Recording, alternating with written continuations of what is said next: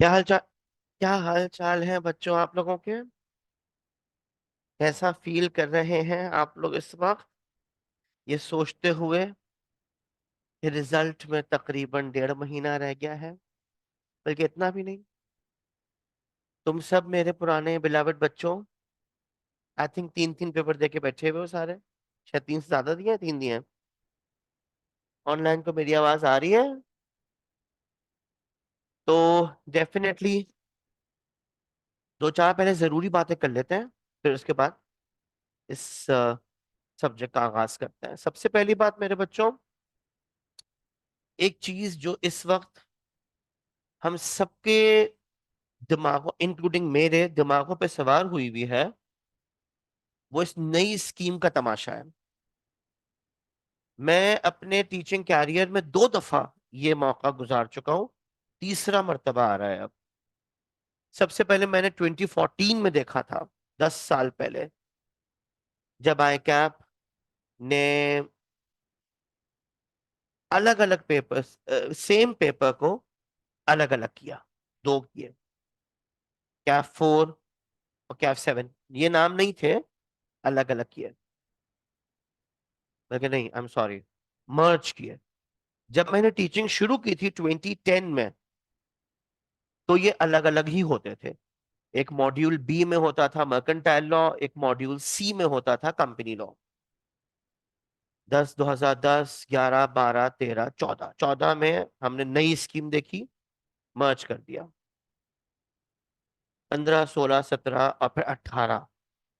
18 में तुम्हें याद होगा, मैं हमेशा याद दिलाता हूँ, ऑटम 18 वो अटेम्प्ट गुजरी जिसमें रिजल्ट 9% हो गया। इस कंबाइंड सब्जेक्ट का रिजल्ट 9%, यानी 91% अवाम फेल, सिर्फ 9% पास। फिर आए क्या, आपको किसी कीड़े ने काटा? नहीं नहीं नहीं नहीं, ये मर्ज नहीं, अलग अलग कर दो। अलग अलग करने की प्लानिंग शुरू हो गई 19 में।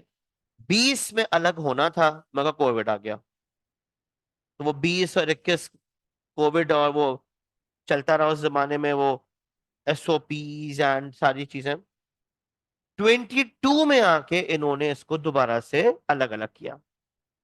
क्या 4 बना और 7। 22, 23 और 24 में आप बैठे हुए हैं इस वक्त। हम इसको अलग अलग लेके चल रहे हैं, और अब हम सुन रहे हैं कि दोबारा मर्ज हो रहा है ये। देखो, एक तो मैं बार बार तुम सबसे एक रिक्वेस्ट कर रहा हूं, एक छोटा सा उसूल है इस वक्त, ट्रांजिशन के वक्त वो बच्चे बहुत फायदे में रहते हैं जो बच्चे ज्यादा से ज्यादा पेपर क्लियर किए हुए हो। ये तो एक बेसिक रूल है। तुम लोग ट्रांजिशनल हो गए हो ना, तुम हो इस वाले कैफ के, लेकिन तुम्हारा खत्म होते होते शायद शायद नया कैफ स्टार्ट हो जाए। वो भी अगर मार्च के पेपर के बाद लॉन्च होता है नई स्कीम, तो तुम्हें शायद नई स्कीम करनी पड़े। अगर मार्च के बाद भी हम पुरानी स्कीम पे चलते हैं एक अटेम्प्ट और, तो तुम लोग तो इंशाल्लाह कैफ से निकल जाओगे, तो तुम्हें तो नई स्कीम कोई डिस्टर्ब नहीं करेगी। लेकिन मैं आई कैप की मीटिंग में बैठ रहा हूं, बल्कि आज ही मुझे दोबारा एक ईमेल आई है, मैंने उसको पढ़ा भी नहीं है अभी तक। वो क्यों बुला रहे हैं? ये फिर आया है, जाकिर की तरफ से ईमेल आया है 10-24 सितंबर को आई कैप हाउस क्लिफ्टन में। अब ये हमें बुला रहे हैं, मतलब हम लोगों को इनवाइट कर रहे हैं। अब ये इस वक्त क्या काम कर रहे हैं? पहला काम क्या है, कैप 4 और कैप 7 जब मर्ज हो रहा है तो सिलेबस क्या बनना है। जब सिलेबस डिसाइड हो जाएगा, फिर दूसरा स्टेप क्या होगा? बुक, कि उस सिलेबस की स्टडी टेक्स्ट क्या। तो मेरा बेटा, ये सब कुछ अगले 4 से 5 महीने में हो जाए, और मार्च के पेपर के बाद फौरी तौर पर, मुझे थोड़ा सा मुश्किल लग रहा है, लेकिन आई कैप बहुत इंथुजियास्टिक है इसको मार्च के बाद लॉन्च करने के लिए। देखिए, ये तो हम सबको कंफर्म है ना कि मार्च की अटेम्प्ट पुरानी स्कीम से हो रही है, इसमें तो कोई परेशानी नहीं है। अब मार्च के अटेम्प्ट में हम कैप 7 उठाएं या ना उठाएं, या हम वेट करें नई स्कीम का, या इस तरह की बातें जो हो रही हैं। देखो, अभी तक के तमाम हालात को देखते हुए हम ये कह सकते हैं कि कैप 4 तुम सब दे चुके हो इस वक्त, और उम्मीद है कि पास भी हो जाओगे इंशाल्लाह।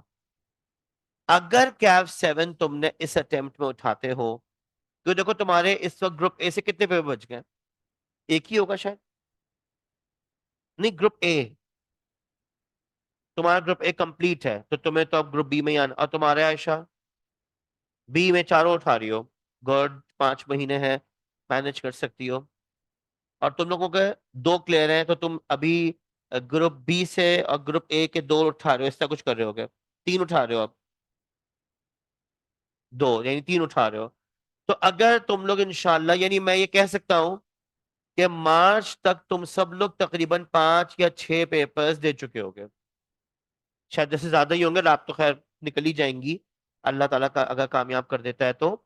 आप भी क्वालिफाइंग है, चलें बस फिर तो आप ये आखिरी आखिरी अटेम्प्ट, तुम 4 पेपर दे रही हो, तो आप बचे ही 2 हैं आखिरी, बस फिर तो कोई टेंशन ही नहीं है यार।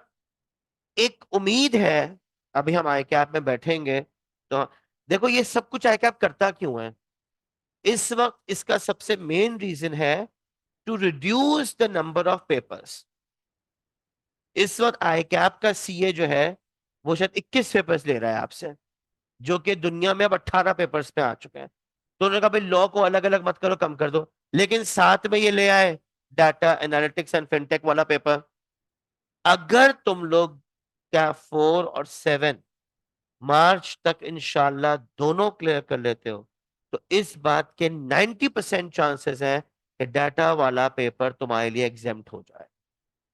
क्योंकि तुम 9 पेपर्स तो नहीं दोगे ना, तुम अलग पेपर दे चुके हो, कैप 4 का तुम अलग पेपर दे रहे हो, कैप 7 का, तो तुम तो 8 पेपर दे ही रहे हो। हाँ, वो बच्चे जो ये कहते हैं कि अभी हमारा कंपनी लॉ रहता है, या जो लोग बिजनेस लॉ भी नहीं ले रहे, उनको है कि आप ये बोल सकता है कि आप नया वाला लॉ उठा लो। तो 50-50% नहीं होता यार, जब ये मर्ज हो जाता है ना, तो ये कोर्स पहुंच जाता है 25-26 चैप्टर्स पे। अभी कैप 4 कितना है? 18 चैप्टर्स। कैप 7 कितना है? 12 चैप्टर्स। कम करेंगे कुछ चैप्टर, अच्छा चालाकी क्या करता है क्या, कोर्स आउटलाइन कम नहीं करता, चैप्टर्स बड़े बड़े कर देता है।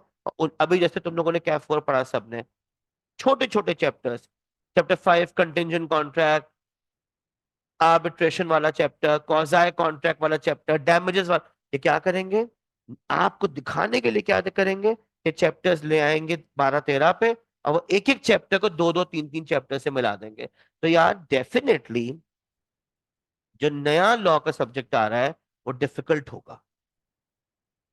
ये बात तो क्लियर है, ऐसा हो ही नहीं सकता कि एक ही सब्जेक्ट में आपको कंपनी लॉ भी पढ़ाया जा रहा है, बिजनेस लॉ भी पढ़ाया जा रहा है, और फिर वो इजी भी हो। तो मेरा तुम सबको पहला एक बड़ा बिरादराना मशवरा है कि इस वक्त ज्यादा से ज्यादा अपने पेपर्स क्लियर करने की कोशिश करो मार्च अटेम्प्ट तक। मार्च के बाद जो होगा वो आप भी देखेंगे और हम भी देखेंगे, लेकिन एक बात याद रखना, यानी मार्च तक आप जितना ज्यादा अटेम्प्ट कर लेंगे ना, उतना फायदा है। बस ये याद रखो। अगर तुम मार्च तक, जैसे मेरे पास कुछ बच्चे भी पीआरसी के आके बोल रहे हैं कि सर हम अभी बिजनेस लॉ नहीं उठा रहे, हम नए लॉ का वेट कर रहे हैं, तो उनको मैं यही समझाने की कोशिश कर रहा हूं, बेटा अभी अव्वल तो आई कैप ने डेट नहीं दी। आई कैप जो स्कीम 2020 में ला रहा था, उसका नाम उसने स्कीम 2021 रखा था, और वो लॉन्च कब हुई थी? 2022 में।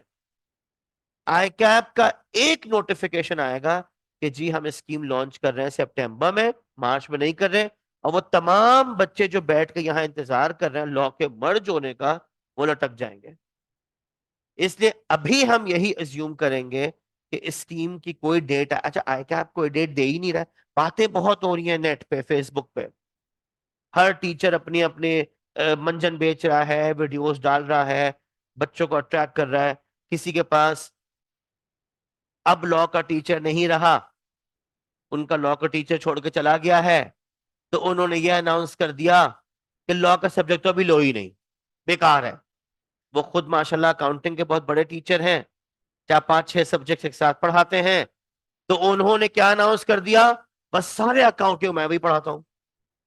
उनका लॉ का टीचर नाराज होकर चला गया कहीं और। उन्होंने, अब बच्चे कह रहे हैं सर फला टीचर कह रहा है लॉ मत पढ़ो इस दफा। यार आई कैप को फॉलो कर लो, या तुम इन टीचर्स को फॉलो करो। लेकिन वो लाहौर के टीचर हैं, मुझे इनका नाम नहीं पता, बड़े सीनियर्स हैं, थोड़े से बुड्ढे बुड्ढे से लगते हैं, मासूम से। Is a lawyer too. उन्होंने बड़ी प्यारी एक वीडियो डाली, कोई 25-30 सेकंड की वीडियो है। जनाब नई स्कीम पे सब लोग वीडियो डाल रहे हैं, तो मैं भी वीडियो डालने आ गया हूँ। सब लोग अटेंशन सीकर्स बने हुए हैं, मैं भी अटेंशन सीकर बन रहा हूँ। एक बात बताऊंगा कि हमें खुद कुछ नहीं पता तो हम क्या बताएं आपको। अल्लाह हाफिज। सिर्फ ये वीडियो डाली उस टीचर ने। क्या नाम है उनका?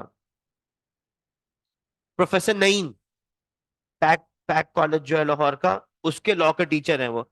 मतलब वो बंदा सही कह रहा है कि अभी हमें कुछ पता नहीं है, तो हम आपको क्यों गाइड कर रहे हैं। आई कैप बार बार कह रहा है कि हमें चीजें डिसाइड करने दीजिए, फिर आप गाइड कर दीजिएगा। तो बहरहाल तुम सबको इस वक्त जहनों से ये टेंशन निकाल देना चाहिए कि हम अभी लॉ उठाएं या रुक जाएं, या हम क्या। अभी जो सिलेबस है, अभी जो कैफ है, उसके आगे क्या होने वाला है उसको छोड़ दो। अभी तो किसी को ये नहीं पता कि उस डाटा वाले पेपर में कोर्स आउटलाइन है क्या, लोग उसको डिस्कस कर रहे हैं। वो हमारे जो तारिक साहब हैं, एमएसओ वाले, वो भी खुश हो रहे थे कल, बहुत खुश। मैं कहा, आप क्यों खुश हो रहे हैं? कहते शायद डाटा वाले पेपर में मेरा टॉपिक भी हो, मैं पढ़ाऊं। मैं कहा यार अजीब, सब लोग ख्याली पुलाव बनाए बैठे हैं, बड़े खुश खुश घूम रहे हैं। मुझसे कहते हैं अब मुझसे आहिस्ता आवाज से बात कीजिएगा। मैं कहा चले कट लें यहाँ से आहिस्ता। कहेंगे क्यों? मैंने कहा क्यों, अब मैं भी कैफ का टीचर बनने वाला हूँ। मैंने कहा आप कैफ के टीचर बन रहे हैं? कैसे? कहते हैं डाटा वाले पेपर में मेरा टॉप। मैंने कहा अच्छा, आपको डाटा वाले पेपर का आउटलाइन मिल गई कोर्स की, अंदाजा है? तो वो उर्दू में कहते हैं ना, जितने मुंह उतनी बात है। इस वक्त वो चल रहा है। पहला काम ये करो कि जो पेपर्स दिए हैं उनके लिए दुआ करो कि वो निकल जाए, सबसे पहला काम। और दूसरा काम ये करो कि अपने नए पेपर जो तुम उठा रहे हो, इंशाल्लाह देखो, हम जानते हैं कि जो हमारी सितंबर वाली अटेम्प्ट होती है, ये बड़ी ही मसरूफियात में घिरी हुई होती है। शुरू होते ही रमजान आ जाते हैं, फिर ईद की छुट्टियां, फिर चंद दिन के बाद बकरा ईद की छुट्टियां, फिर गर्मी शदीद, फिर कुछ बारिश का टेंशन, फिर मुहर्रम की छुट्टियां। तो एक अजीब सा सेशन चलता है जिसमें डिस्टर्ब। मैंने इसीलिए आयशा को बोला कि आराम से आप लोग चार पेपर्स की तरफ जा सकते हैं इस वक्त। अगर आपका मतलब जैसे ये है कि इनके लिए बचा ही अब चार पेपर्स हैं, तो अब मैं इनको क्योंकि 5 महीने हैं, अभी हमने अक्टूबर शुरू भी नहीं किया। अक्टूबर, नवंबर, दिसंबर, जनवरी एंड फरवरी।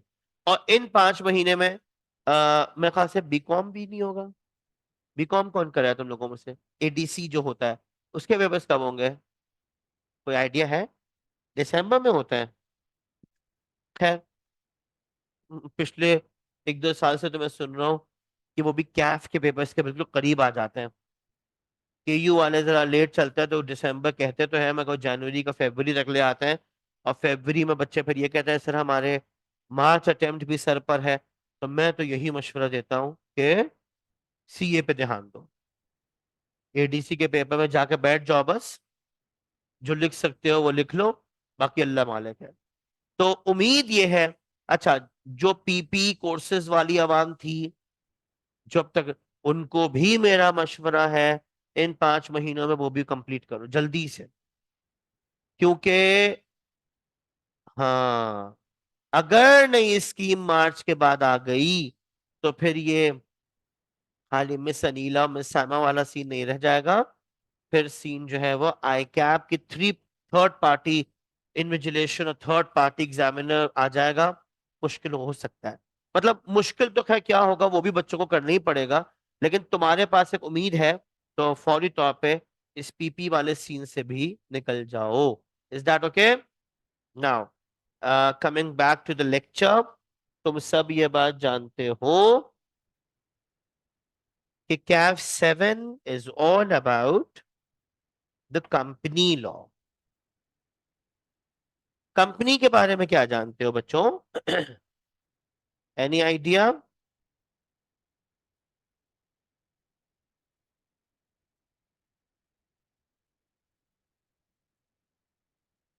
जिसके ओनर्स शेयर होल्डर होते हैं। शेयर होल्डर कौन होते हैं?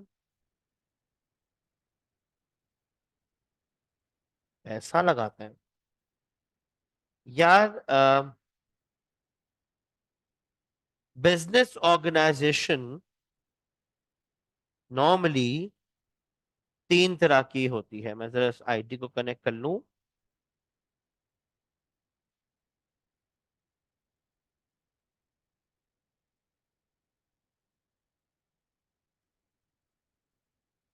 एक सेकंड बेटा।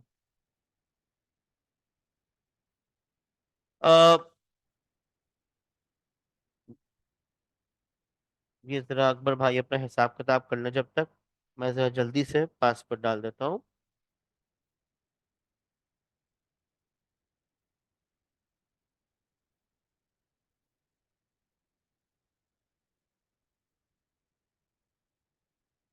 अच्छा जी।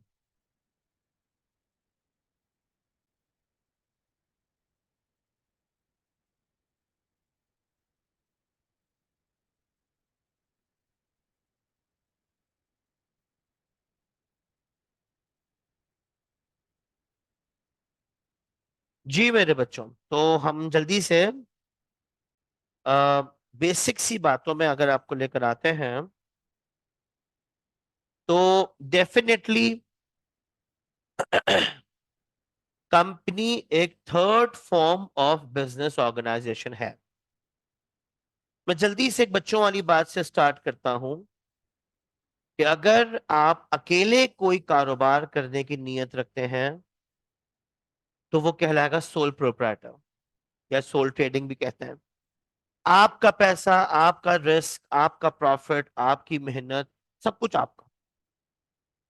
और ये एक बड़ा इनफॉर्मल किस्म का अरेंजमेंट हो सकता है, जिसका मतलब यह है कि ये मुमकिन है कि आपको कोई कानूनी मामलात में जाने की जरूरत ना पड़े। जिसके सिंपल सी एग्जांपल है एक फ्रेंच फ्राइज का केबिन लगाना।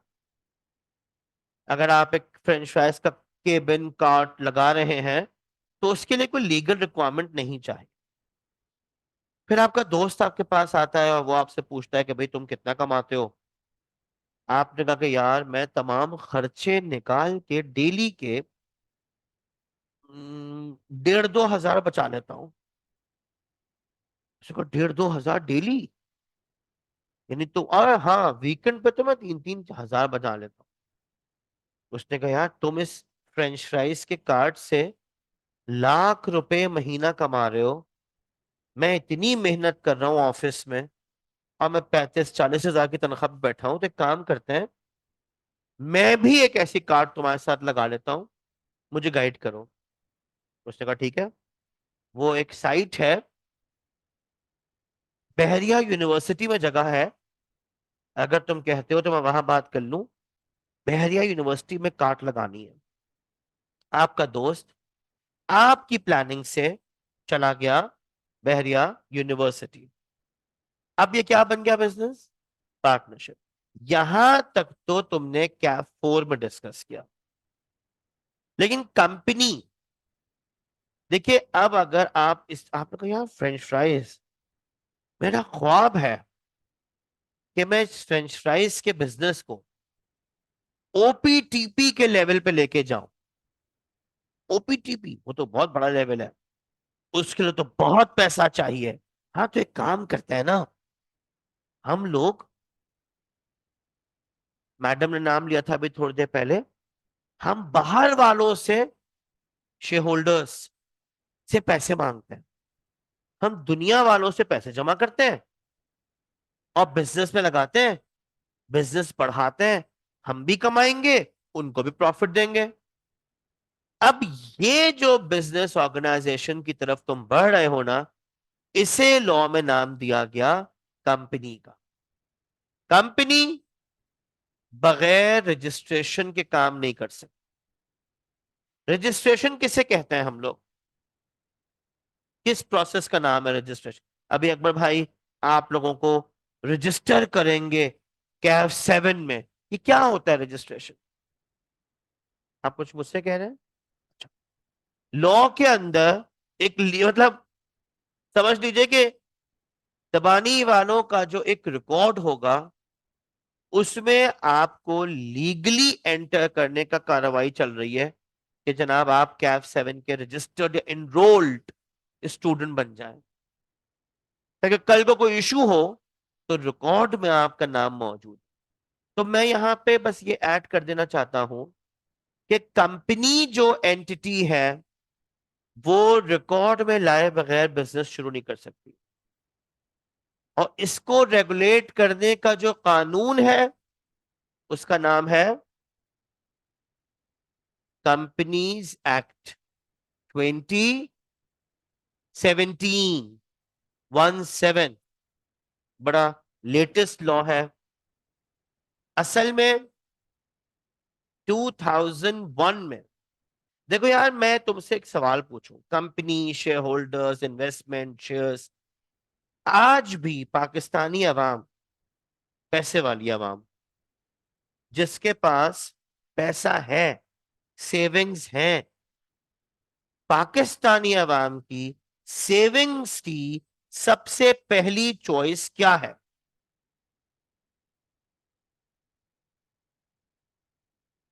Are you sure? हाँ, प्रॉपर्टी है यार मेरे ख्याल से, रियल एस्टेट। दुकान खरीद लो, प्लॉट खरीद लो, मकान खरीद लो, फ्लैट बुक करा दो। यानी अगर आपके बड़ों के पास, आप तो फकीर से लग रहे हैं मुझे सारे, आपके बड़ों के पास, अब्बा के पास, चचा ताया के पास अगर एक्स्ट्रा पैसा हो तो जी वो घर एक और बना लेते हैं, जमीन, क्योंकि ये हमेशा अप्रिशिएट होगी। आज जितने का भी घर खरीदोगे 5 साल बाद महंगाई बिकेगा, प्रॉफिट होगा। दूसरी चॉइस क्या है हमारी आवाम की? गोल्ड, बेहतरीन सोना, या तो गोल्ड के जेवरात में खरीद लेते हैं या प्योर गोल्ड बिस्किट्स वगैरह। थर्ड चॉइस क्या है हमारी? क्या करते हैं? फिक्स डिपॉजिट भी है, लेकिन चले इन्वेस्टमेंट की बात ना करो। तलहा अगर तुम्हारे पास पैसा आ जाए मेरे बच्चे, तो प्रॉपर्टी और गोल्ड के बाद तीसरी क्या चीज है जिसको, डॉलर्स, फॉरेन करेंसी। यानी मैं क्या ये बात आपसे पूछ सकता हूं कि आज भी हमारी आवाम को कंपनी में शेयर्स खरीदना की नॉलेज बहुत कम आवाम को है। बहुत पढ़ी लिखी आवाम जो हमारी आपकी है, जिनको नॉलेज है कि जी वो सीडीसी, ये जो सामने नर्सरी पे आपके खूबसूरत सी इमारत नजर आती है, ये सीडीसी क्या है? तुम्हें पता ही नहीं कुछ। शेयर्स का बैंक है ना, इलेक्ट्रॉनिकली शेयर्स ट्रांसफर होते हैं, अपना अकाउंट खुलवाया जाता है यहाँ पे, फिर शेयर्स खरीदे जाते हैं। यानी ये चीजें, इसलिए हमारे नजदीक company third form of business organisation जिसमें अवाम, अच्छा, क्या हर कंपनी में शेयर्स इन्वेस्ट किए जाते हैं, लोग इन्वेस्टमेंट कर सकते हैं?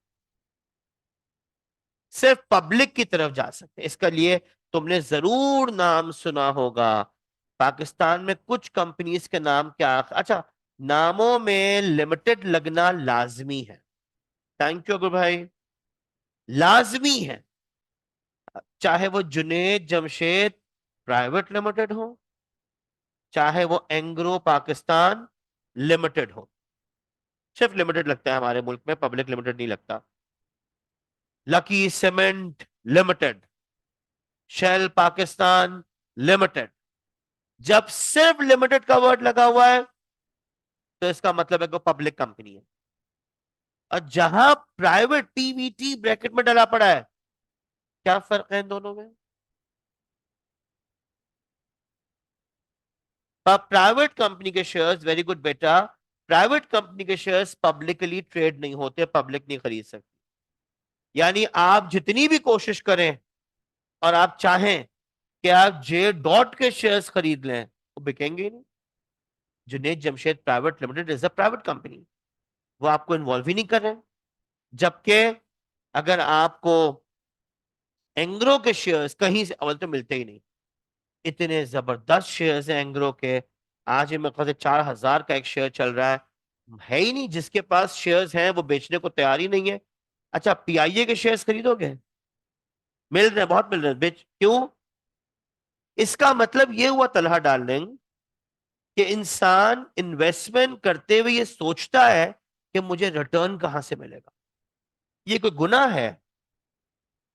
कोई भी, ये तो कोई बुरी बात है? अगर आप इन्वेस्टमेंट करके कमाने का ख्याल रखते हैं, हाँ, हलाल इन्वेस्टमेंट रहे, तो कोई बुराई नहीं है। मेरा बेटा, टाइम भी कम है और आज पहली क्लास है, इसलिए मैं इंट्रो तक महदूद रखना चाहता हूं। कोर्स आउटलाइन, अच्छा ये मैंने कल, अगर आप में माशाल्लाह पढ़े लिखे बच्चे बहुत हैं, आजकल फारिग हैं, कंपनी लॉ से हमारे टीचर जब कंपनी लॉ पढ़ाते थे तो कहते थे ये केस गूगल पे पढ़कर सर्च करो, तुम्हें कंपनी के, ये एक अंग्रेज अमेरिकन कंपनी थी एनरॉन, 2001 में तबाह भी हो गई। ये कंपनी वो कंपनी है जिसकी वजह से पूरी दुनिया में, मैं तुम्हें 1 मिनट में बता देना चाहता हूं हुआ क्या था। एनरॉन के डायरेक्टर्स ने दबादब पैसे लिए अवाम से, लोग देते रहे देते रहे देते रहे, अपनी जमा पूंजियां लगाते रहे। और फिर वन फाइन मॉर्निंग एनरॉन ने बैंक में जाके इंसॉल्वेंसी फाइल कर दी कि हम तो बैंकरप्ट हो गए, हमारे पास तो कुछ नहीं बचा, सब डूब गया।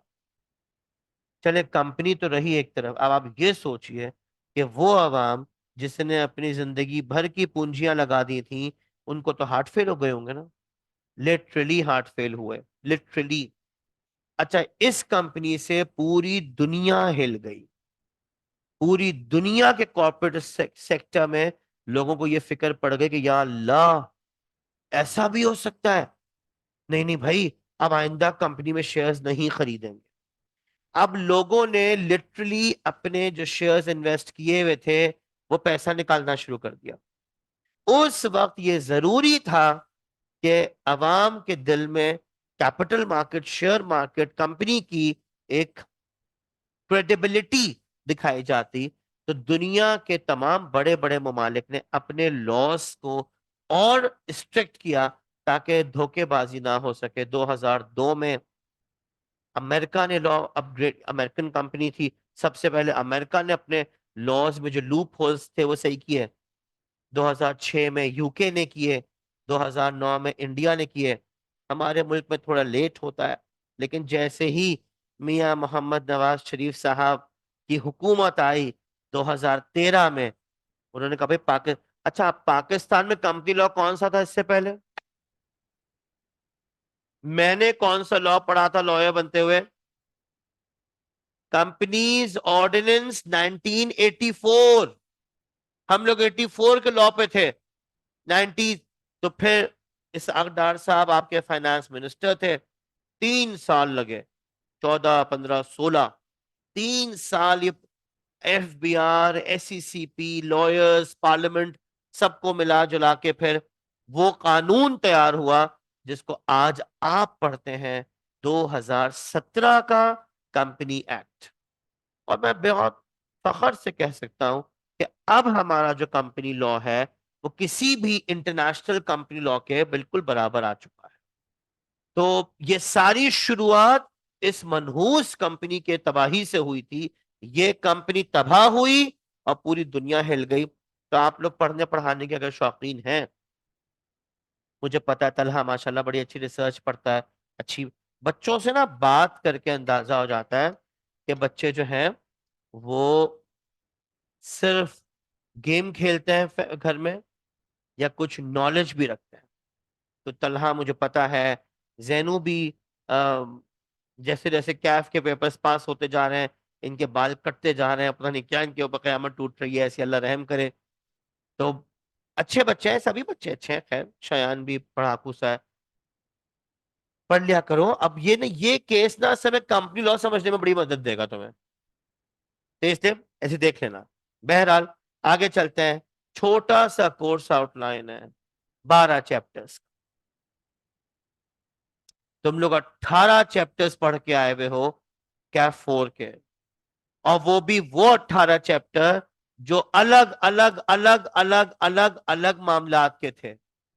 यानी कि कहीं हम कॉन्स्टिट्यूशन ऑफ पाकिस्तान पढ़ा रहे हैं, तो कहीं कॉन्ट्रैक्ट पढ़ा रहे हैं, तनवीर भाई पार्टनरशिप पढ़ा रहे हैं, फिर नेगोशिएबल पढ़ा रहे हैं, फिर मनी लॉन्ड्रिंग भी आ गया, आर्बिट्रेशन भी आ गया। तो अजीब इतने सारी चीजें मिला के वो बना था।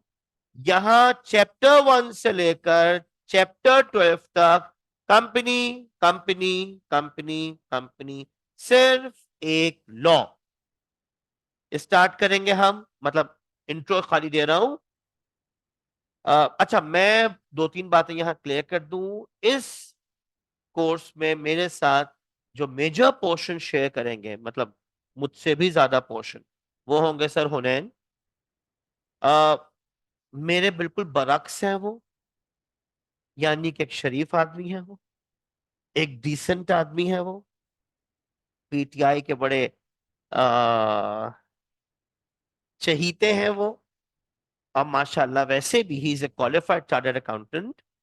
और आपने शायद नाम सुना हो केआईसीटी का, Karachi international container terminal, port, port Keamari, Keamari port, उसके आईसीटी के वो सीएफओ हैं। और मेरे ख्याल से टीएसए के वाहिद टीचर हैं जो पर्सनल बॉडीगार्ड के साथ चलते हैं। बड़े आदमी हैं, तो डिसेंट आदमी है, मौलवी आदमी है। तो वो, उन्होंने इस सब्जेक्ट में एक नोट्स तैयार किए हैं। तो तुम्हें मेरे ब्लैक एंड व्हाइट जैसे कोई नोट्स मेरे नहीं मिलेंगे इस दफा। उन्होंने नोट्स बनाए हैं जिसमें उन्होंने काफी इसको कट शॉर्ट कर दिया है, कंपनी लॉ को, तमाम पास पेपर्स। अच्छा, यहां पे एक और टेंशन है। 2017 तक तो पुराना लॉ था, 18 से नया लॉ है। तो उन्होंने क्या किया है कि उन्होंने 17 से पुराने सवालों के भी जो जवाब थे ना, वो नए लॉ के हिसाब से आपके लिए लिख दिए हैं, जो आपके लिए काफी हेल्पफुल हो सकते हैं।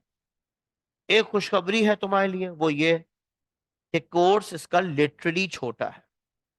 मेरा नहीं, हम अभी भी हमने तकरीबन समझो 1.5 पौने 2 महीने पहले खत्म कर दिया था।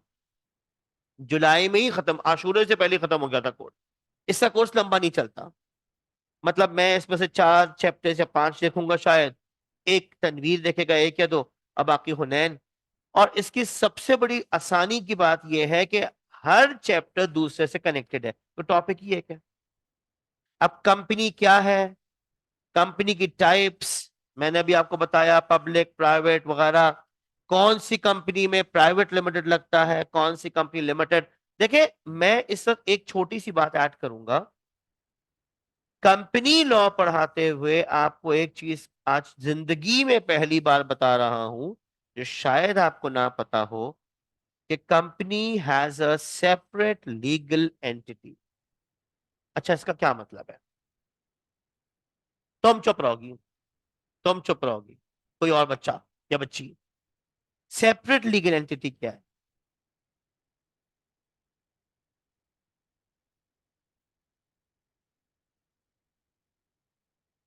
हाँ।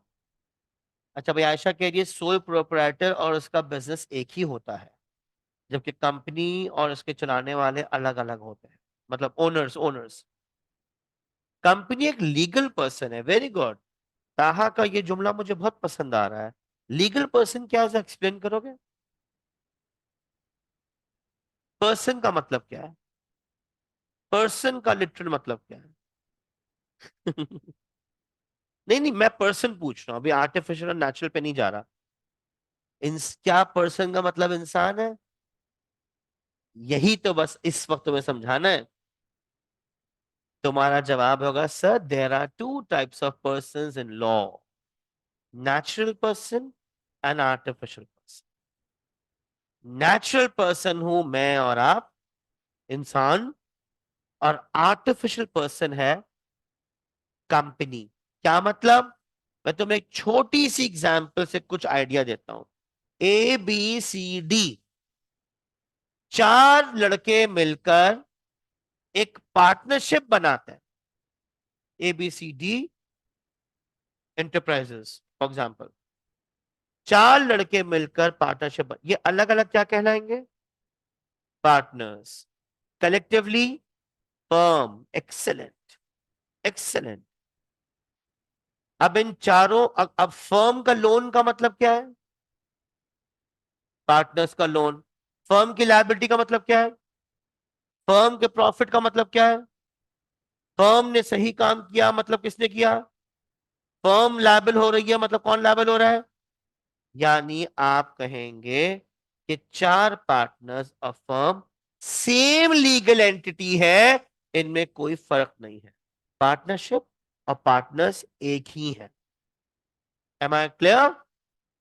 लेकिन अगर ए बी सी डी ये चार लोग मिलकर एक कंपनी बनाते हैं, भाई जुनेद जमशेद रायवंड गए हुए थे तबलीगी इज्तिमा में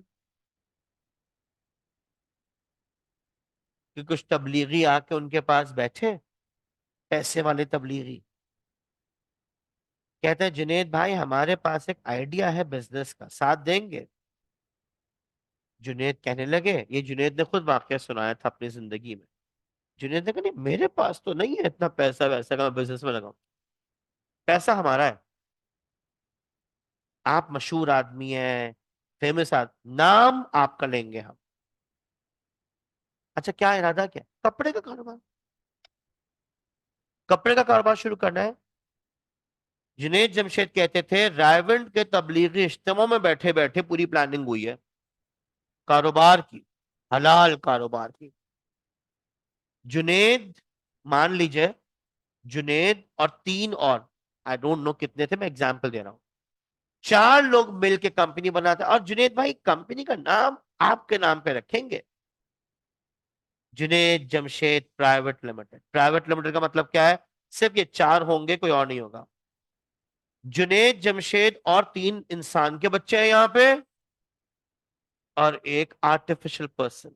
कंपनी हैज, देखे ना इससे बड़ी एग्जांपल क्या होगी? जुनेद जमशेद खत्म हो गए, दुनिया से चले गए, जे डॉट चल रही है, चल रही है, चल रही है। इसका मतलब है जुनेद जमशेद एक अलग एंटिटी थे, वो मर भी गए, कंपनी जे डॉट अलग एंटिटी थी, वो चल रही है।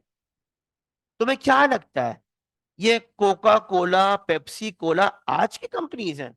20-30 साल, 150-100 साल पुरानी कंपनीज है ये। केएफसी आज की कंपनी है। इसका मतलब ये होता है कि आज आपने कान खोल के ये समझ लेना है कि पर्सन का मतलब अब इंसान नहीं रह गया खाली।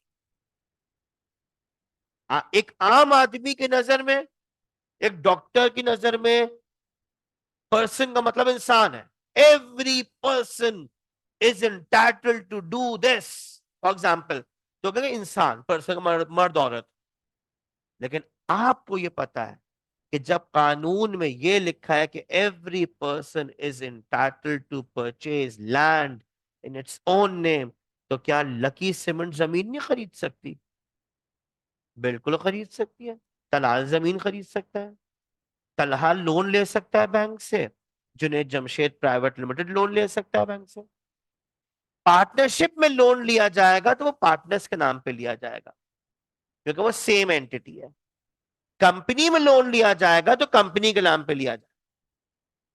लोन दे कौन रहा है? एचबीएल, वो भी कंपनी।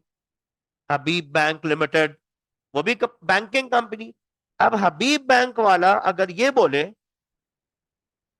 मैंने हबीब बैंक से लोन लिया था, मुझे एक ईमेल आती है हबीब बैंक के प्रेसिडेंट की तरफ से, जनाब वो लोन वापस कर दीजिए, अगले महीने मैं जा रहा हूं और मेरा आखिरी महीना है बस ये। मैं प्रेसिडेंट ऑफ हबीब बैंक को क्या बोलूंगा? दफा हो गया, आप आपसे किसने लिया है लोन? मैंने एचबीएल से लिया है लोन। आप कौन है बीच में? दफा हो गया, आप इंसान, आप एक है, 50 प्रेसिडेंट आते रहे जाते रहे। मेरा कॉन्ट्रैक्ट इज विद एचबीएल। तो एचबीएल कौन है? HBL is an abstract entity. HBL is a separate legal person in the eyes of law. तो कंपनी की एक सेपरेट लीगल एंटिटी होती है। ठीक है मेरे बच्चों, मैं यहां रुक सकता हूं। मैं थोड़ा सा 5-10 मिनट पहले जल्दी रुक रहा हूं, अगर आपको एतराज ना हो।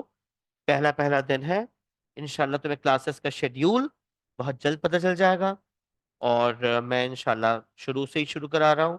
बाकी exact course distribution let me discuss with Tabani साहब फर्स्ट, तो वो मैं तुम्हें गाइड कर दूंगा। जी साहब।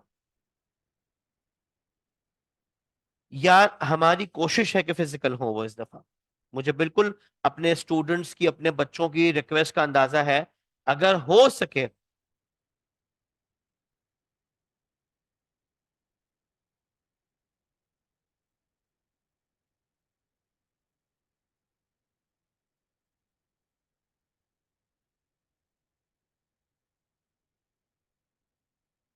मैं उस बेसिस पे बात कर लूंगा कि मैं खुद ये चाह रहा हूँ कि इतना इस दफा कोई झमेला, पिछली दफा से मैं दो तीन इश्यूज हो गए थे। कुछ उनकी मसरूफियात बढ़ गई थी, उनकी पोस्ट बढ़ी थी एकदम से, तो उनकी जॉब डिस्क्रिप्शन बढ़ गया था। Let's see. और अगर वो मैनेज नहीं कर पाए तो फिर मैं देखता हूँ फिर। ठीक है ना? तो आप लोग इंशाल्लाह अगली क्लास का वेट कीजिएगा। ऑनलाइन कितने बच्चे भी थे? जो भी हैं 16-17 बच्चे। Do you have any question? पहला पेपर कैसे हुआ? 3 पेपर दिए। आप कितने उठा रहे हो? तुमने पीपी कर लिया? वो करो फौरन। मार्च से पहले निकाल दो, मेरा मशवरा है। हाँ ना, MS ऑफिस अब 5 महीने हैं। तुम्हें क्या, तुम्हारा वैसे क्या प्लान है? नहीं है अभी प्लान? लास्ट वाले। अगर उस वक्त चेंज हो गई स्कीम, तो पीपी जो है ना, फिर वाई कैप थर्ड पार्टी इन्विजिलेशन शुरू कर रहा है। अभी तो यहाँ पे मैडम साइमा ही तुम्हें, मैडम साइमा, मैडम अनीला और वो तारिक साहब, वही सर्टिफिकेट दे देंगे। कब तक हो जाएगा? क्या आप करते हैं ये लोग, मुझे नहीं पता इस बारे में। एक दफा अकबर भाई से बात कर लो, क्योंकि हम ये कोशिश कर रहे हैं कि जितने बच्चों को अकोमोडेट कर सके कर लें। ठीक है। चलो, thank you so very much. Online इंशाल्लाह मुलाकात करेंगे। मुझे भागना पता है कहाँ पर है? नहीं भाई, मुझे सीवीयू जाना है।